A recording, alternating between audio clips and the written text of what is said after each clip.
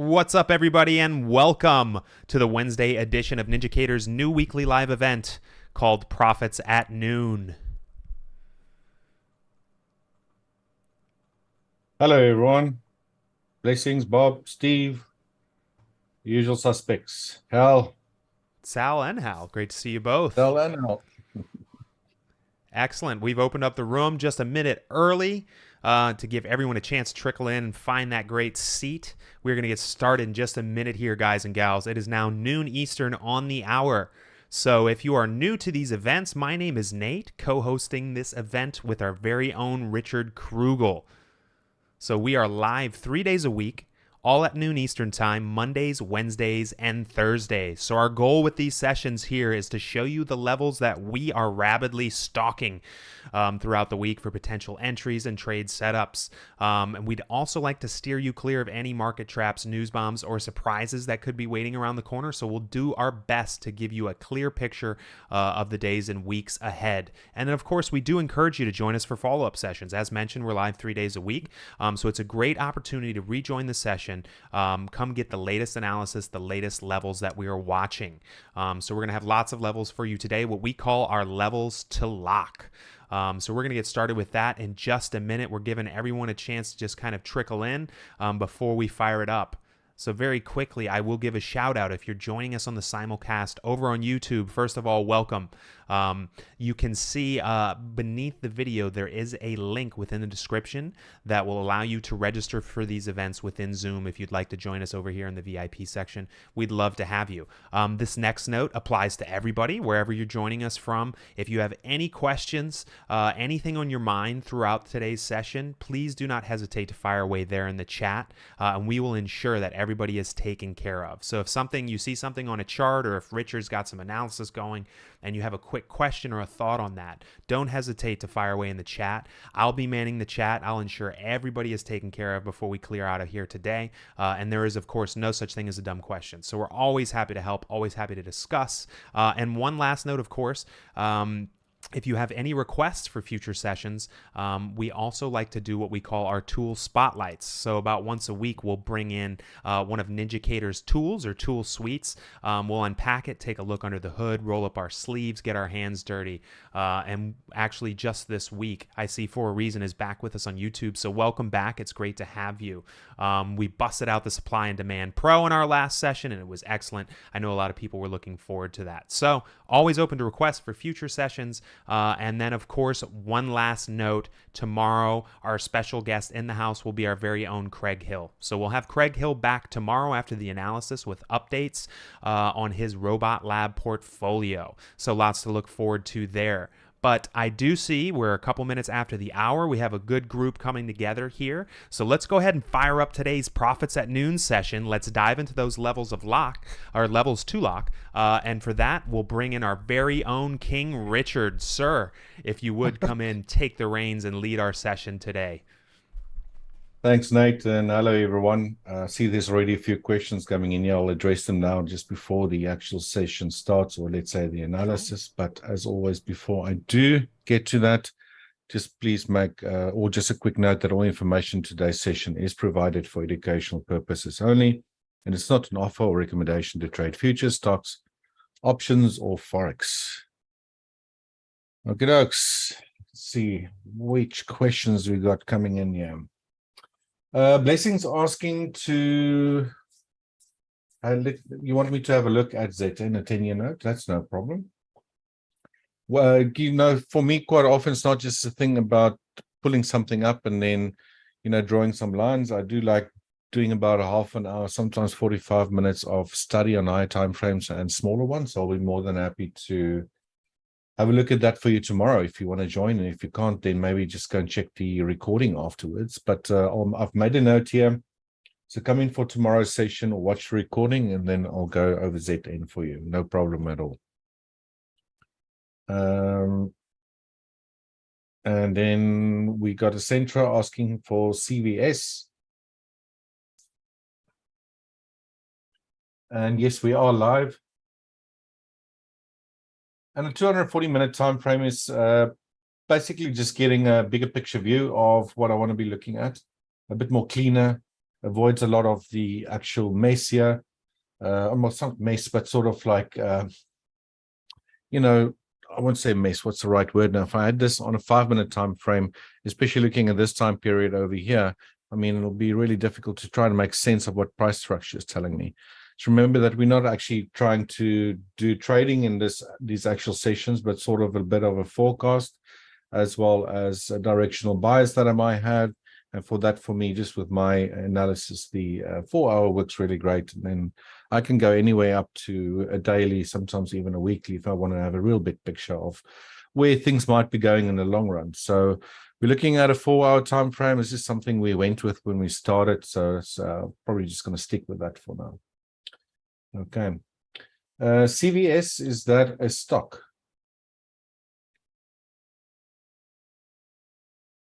I have to ask. Just hang on one second. I'm just also making a note here for you, Asentra. I'll probably have to ask Carl if I can use his data connection. If that is a stock, it will probably be on there. And let's see if I can schedule that for you tomorrow as well. Right, cool. I think that's it for now. Let's jump straight into the charts. I'm just going to disappear off screen for just a second. Just a second, for actually a few minutes, I would rather say. Right, guys, now we're sitting here with the ES. I think we've done a pretty decent job to have called that this might be an expanding triangle, and around about that time frame, I think this was the 4th or the 5th. What was it? Yeah, the 4th of this month, beginning of this month. That sort of, I've got the idea that this could potentially be very close to the end of an expanding triangle, or megaphone pattern, as you want to call it. Price did break eventually. This high that was set here towards, when was this, on the 1st of May, I think, yeah. But, you know, after a pretty long consolidation here as well. Pipped that previous high, well, not pipped, it didn't actually travel that far above it. And then now this bloody strong reversal down to the downside. Now, the question here is either one or two things. Well, let's say I think what's happening here is either one or two things. Either that 5th wave sequence has completed and the deeper correction that we've been talking about for quite some time has already started. Or the alternative here is, and you probably don't want to hear this, because then we're going to be stuck in some more volatility for quite a longer time, is that this triangle is actually not done yet. All right. And it won't be unusual during volatile times. There's a lot of talk about this debt, obviously the debt ceiling. We've got FOMC meeting minutes going to be released at 2 p.m., just under 2 hours from now. You know, a lot of volatile sort of stuff happening here. And these patterns quite often pop up during volatile times, especially the expanding triangle ones. So there is a possibility that this is happening. It definitely can still be a possibility. And one of the reasons I'm saying that, yeah, is this just doesn't look like a 5-wave sequence as you would expect a 5th wave or 3rd wave for that matter to end before a deeper correction starts, if you understand what I'm saying. This looks very symmetrical in nature, potentially a 3-wave move. And that sort of gives me a little bit of an, I don't know, how can I say, a bit of, I don't know, an inkling, or whatever the case might be, that this is potentially still underway.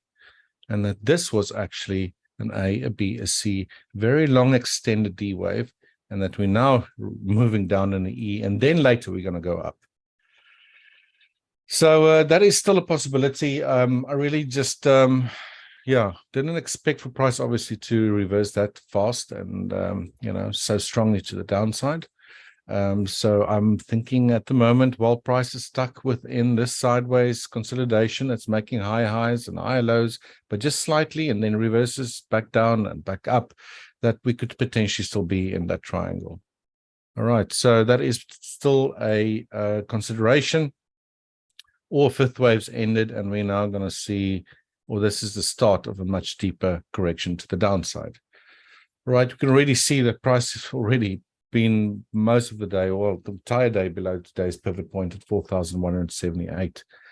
It just reached S1 at 4,133, and it might be finding support now at today's projected range low, which is at 4,117. Just want to see what happens if we run a fib here. That's sort of close to the 61.8 retracement from this previous low to the recent high. So could potentially see support step in here. Alternatively, something happens with this FOMC meeting minutes, market doesn't like that, and we see a much sharper decline to the downside. Again, like I mentioned before, we quite often have a lot of volatility within the boundaries of these expanding triangles or megaphone patterns, and they quite often drop very sharply, reverse abruptly, and so forth and so on. So it's also sort of behaving still like it is still part of this triangular pattern. So that's something to obviously keep an eye on, keep in the back of our minds. I'm sure there's a lot of volume probably around the middle of this entire thing that's been traded as well. So yeah, potentially see support. Alternatively, just a sharp downwards move to break these lows again, and then potentially another reversal. So yeah, that will still mean that this wave one high that I've shown you here previously, where we had an invalidation level at 4040 or 441 plus minus, should not be broken to the downside if this is an E wave, and meaning that we potentially could still get that fifth wave to the upside. So we'll keep an eye on things. Let's see how things pan out, and then obviously we'll recap things tomorrow. We'll see where the markets are at after the FOMC meeting minutes and most of the morning's past. Right. NQ, on the other hand, also same thing, strong decline. Price just pipped that previous high. This did make sort of a beautiful 5-wave sequence to a new high. Obviously, we didn't have an expanding triangle on the NQ. If you look at this sequence to the upside, a 1, a 2, potentially a 3, a 4, a 5. Or maybe we had a 1, a 2, this is a 3, and this is part of a 4th wave. If that is the case, then price should stay above this level here. We just get my horizontal tool out properly here. There we go. Which is around about 13,369. So for as long as price stays above that level, it doesn't break it, doesn't touch it, then this could all just be corrective in nature. If price does break into here, then that for me would mean that that fifth wave potentially of this sequence has started, and that we potentially see a much deeper decline at some stage. Same thing on the NQ's, been below today's pivot point the entire day, pivot point being at 13,807. It sliced straight through this center median line over here. It temporarily found support at S1 at 13,635, and has also now reached the projected range low of the day at 13,561. So if we do get a retracement back to the upside, potentially this median line could act as resistance again. But again, we'll just have to see how things react with today's FOMC meeting minutes coming out. And we'll also recap the NQ again tomorrow. So yeah, the YM, on the other hand, been printing new lows. We've got to disregard this entire idea that this was some sort of a corrective move to the upside, although we did get a very strong move to the upside when we were looking at things during one of our sessions. But look at this, sharp decline. Now, if you look at what the news is saying, they say the Dow's falling 200 points thus far, so there's lack of progress in debt ceiling talks, and that's been souring the Wall Street's mood. So whatever that, there's always an explanation for something. Yeah, until they probably find some sort of answer to what they're going to do with the debt ceiling, or they're going to raise it, whatever the case might be, all the indices might potentially just move sharply lower, or continue to move sharply lower. All right, so same thing on the YM. I mean, most of the moves already happened during the overnight session and during the morning session. You can see price being below today's pivot point at 33,230, already took out S1, just reached S2. What's that? 3,200? No, 32,820 something. 21. Sorry, you see the labels behind the price at the moment. So it could potentially still move a little bit low to today's projected range low, which is at 32,802. But I mean, it's already been quite a massive move in one day. So yeah. Again, well, not too much to say about the indices today, other than they're selling off pretty hard. So let's see and recap things tomorrow again. The Russell, on the other hand, what's happening with the Russell here now? Don't know why it's doing that. It's probably the indicators here. Still in this insane range, pretty large range here on the Russell. Again, like I said, I don't really want to be analyzing what's going on here other than the potential existence of a triangle. Although price has reached these upper levels again, not really giving us the shape of a symmetrical triangle. It's almost as if it's just a really nice rectangular range up and down. So while price is stuck in between these upper boundaries and these lower boundaries, until we get a breakout out of there, who knows where the Russell is going to go to. So yeah, expect more volatility here.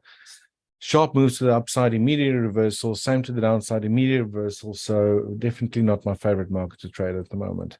Same thing, been to below today's pivot point at 1,803, took out S1, S2, and might be heading to today's projected range low at 1,764. So yeah, good luck trying to figure out where the Russell's going. I've been saying this for quite some time. While stuck between these two boundaries, there's really not much I can say about the Russell. Gold, on the other hand, has been following our expectations really well. I mean, since we actually started looking at this triangular pattern, a symmetrical pattern back here in April or the end of March, and we counted this five-wave sequence to the upside. We did expect a move downwards, and that sort of occurred, you know, and maybe, you know, what we're seeing here is what's happening on the NQ, the 5 sequence to the upside, or maybe this is still a 4th, whatever the case might be. But again, I digress. But it's just really cool to take note of how these sequences, if you do get them right or keep on top of them, you know, once you start seeing a 5-wave sequence or think you're going to see a 5-wave sequence, what to expect next. And the expectations on gold was, you know, a strong decline. And I think, when was this? Around about, I think, was the 15th? Or was it even the 12th or the 15th? I can't remember. Of May, that I was saying that, you know, if price were to break the boundaries of this channel that's been sloping slightly to the upside, which has contained price exceptionally well for quite some time, I mean, since about the 15th of March, that if it would break that lower boundary, that would probably see a strong decline and sort of invalidate that a 5th wave has completed. I won't say indeed completed, because I might be completely wrong about things, but the expectations worked out, right?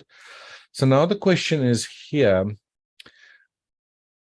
is this still part of a first sequence to the downside? Maybe an A, a B, and a C, and I think that might be the case here. Reason being that we could potentially have seen a 1, a 2, maybe a 3, maybe this was a 4th wave, a beautiful ABC, and the price now heading low into a 5th. All right, and if we see a 5th to the downside, then we could potentially see a larger retracement back up, maybe retesting the lower boundaries of this channel, and then we see another 5-wave sequence to the downside at a later stage. It's not to say that a zigzag is going to take place here, but what I can see here is that we sort of like potentially nearing the end of a 5-wave sequence, which is typically how an A wave would materialize. All right, then maybe a B, and then maybe a C. A B could take format of a triangle, more complex correction, maybe a double zigzag, whatever the case might be. But I'm bearish on gold. I'm just thinking that if price were to nip these lows, maybe making it to, I don't know, S2, Whether that happens today or tomorrow, around 1,946.9. Whatever the case might be, we'll have a look at things again that we could then potentially see support step in with a retracement back up, and then at a later stage, another move to the downside. So again, yeah, I'm bearish on gold, but expecting a potential bounce sometime soon. All right, that brings me to crude oil, and this has also been a really nice example of where we previously said that we were thinking we're dealing with a fourth wave correction here. Sorry, that we would potentially, yeah, was it a fourth wave correction? Yes. And that we potentially see another move back to the upside. Now that price beautifully met a 38.2% retracement. We had this little box drawn on here, price found support, and then it made a sort of zigzaggy behavior back to the upside. So we've been saying for quite some time since price in the beginning of the, what was it, May, pipped these lows that formed around mid-March, that this bounce that occurred afterwards was potentially just corrective in nature. And that's sort of been playing out really nice as well, according to expectations. So potentially still see some more upwards or upside on crude oil, but I'll be pretty careful, you know, just going in too many longs at the moment, because, you know, if this is corrective, it's probably going to end sometime soon. We're going to get another decline to potentially take crude oil to new lows for the year. That's the expectation. Whether that happens or not, obviously, we allowed to change our minds on this, right? So if, as a trader, you can't be too, you know, hard-assed about having one opinion and not willing to change that opinion at some stage. So we can see that price bumped head here against the 50% retracement. Finally broke above it, potentially going to 61.8, which is a common retracement for a correction, right? So potentially this was, I don't know, 5 and ABC lower, or this is still materializing to the upside. But anyway, the key takeaway here is that I'm seeing crude oil as correcting to the upside. We also have a 5-wave sequence here, so that might mean that we're seeing a C wave of some sort, perhaps, that's retracing or tracing out as a potential, maybe even an ending diagonal of some sort. All right. So I think that is something that could materialize. Whether that happens or not, again, we'll have to obviously stay on top of things, which is why we obviously here too during these sessions to, you know, throw some ideas around with the experience we have of price structure and just been trading for quite some time. And then, you know, try and stay on top of things, see if that could give us some sort of an edge. Yeah, even crude's been above today's pivot point, 73.09, reached R1 at 74.48. But like I said, potentially still move towards the 61.8 here. Maybe not today, maybe tomorrow or this week sometime. But then be careful, because we might then see resistance step in and potentially see another move to the downside. Yeah, so I mean, not too much has changed, except for I haven't expected the sharp declines on crude, on the ES and NASDAQ and the YM. But now that it has happened, you know, we need to, again, maybe change the view of what's happening here instead. And in this case, look, I was still trying to move to S2 here on the ES. You know, with this sharp price behavior that we're seeing, this sharp decline, it could potentially just mean that, yeah, this triangle is still underway and lower prices are still on the cards. But let's recap things again tomorrow. Obviously, it'll be after today's FOMC meetings. See how the market reacts and see if we get some better clues as to what's happening here. And then, yeah, we will take things up again tomorrow. Obviously, I'll also tomorrow, before the session, have a look at ZN for blessing, and also see if I can get some chart data for CVS on NinjaTrader for you guys. All right. That's it for me today. About what, 24 minutes in here. Are you there, Nathan? Yes, I am. I apologize. I had to No hit a few buttons there.